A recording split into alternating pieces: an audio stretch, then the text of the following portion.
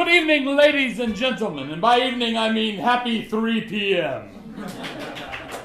Welcome to Charles Dickens Unleashed, improvised tales in the style of the grand writer himself, Sir Charles Dickens.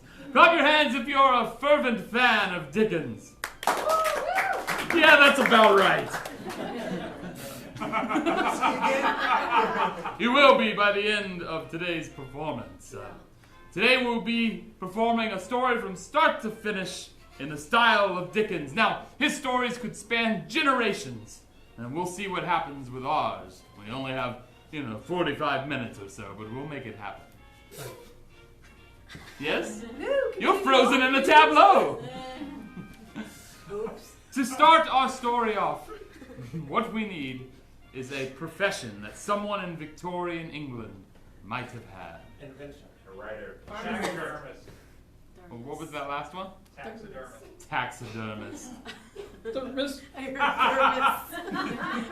Is there anyone that you like in particular? I prefer taxidermy. Taxidermy? It's a respectable look. Very well, we will take taxidermist when the lights come up. Charles Dickens, Unleashed.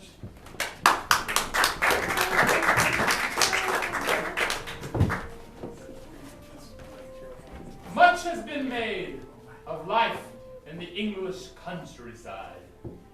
That it is idyllic, quiet, beautiful. My life as a boy was all those things and more. See me there at the Evelyn Hills, newborn, new made, newly christened. Roger, Petunia? I am your neighbor and you are mine.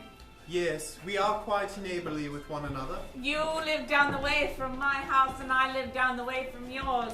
We come off into this field and dance with the other children. Yes, though our estates border each other, there is only one common gathering place, and it is at the crux of all of our family's properties, this here field. Yeah. See me then there, Roger Winthrop, at the tender age of 2, already. A wonderful conversationalist and gentleman to boot. I love being 3 years old. Isn't it divine? Dearest Roger, it is I, your sister, Maribel. Yes, Maribel. Oh, do watch yourself, Roger, for these parts are scary at times, holes in the ground, great ponds and lakes. If I fall into them like our dear departed brother, James. My family, while not of old money, had come into wealth as merchants and retired early to the countryside. And my father, bless his heart, had done everything he could to become a gentleman as fast as possible. Therefore, we must have the best of everything. See us then a little bit later at the family table. My sister and I, my mother as kind-hearted as she was large, and my father, nothing good enough for him or his family. Papa, Yes? you've always made sure that we have the best of everything. The best quaffs, the best ascots, the best coffin for James's funeral. Oh, my. A cup of apple milk for you. Oh, I was bringing apple milk. Now, the Betsy, more don't the make- merrier. More the Bring it merrier, over my- here. My family deserves the best. That's why everyone gets the best of everything. Come Well, here. one servant would suffice. For instance, in the bringing of apple milk to the table. My father would insist upon 2, which caused no end of confusion. Clap, clap, Every clap! meal. Servants! Yes. You bring the apples, you make the milk, you mix them together as a family. Very well, sir. I love you.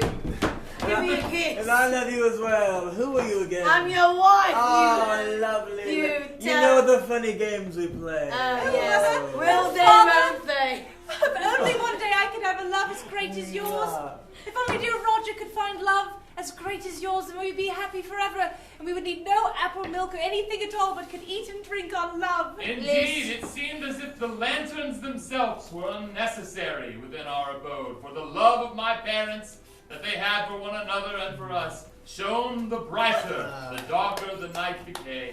Look, all of you will find love. Hold on, there's someone at the door. I'll get the Tilly, door. Tilly, get the door. Oh, Father's It's coming. dinner time. Excuse me, but I'm an orphan and I was hoping that I could. We've got enough here. My father's kindness stopped at the front door. You know what? We've got enough people here. We were responsible enough to only parent 2 kids.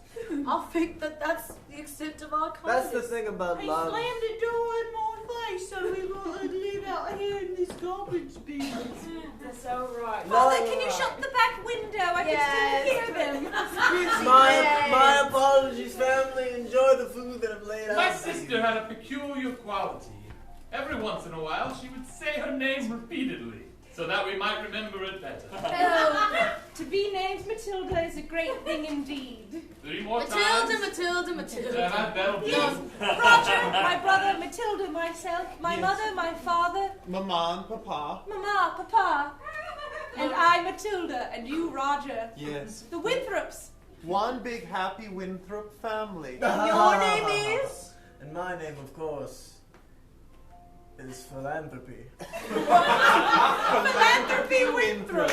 And my It name. was too. It was not an affectation. Though he was a successful merchant, he had been named Philanthropy as a child. And my name is Gradonia.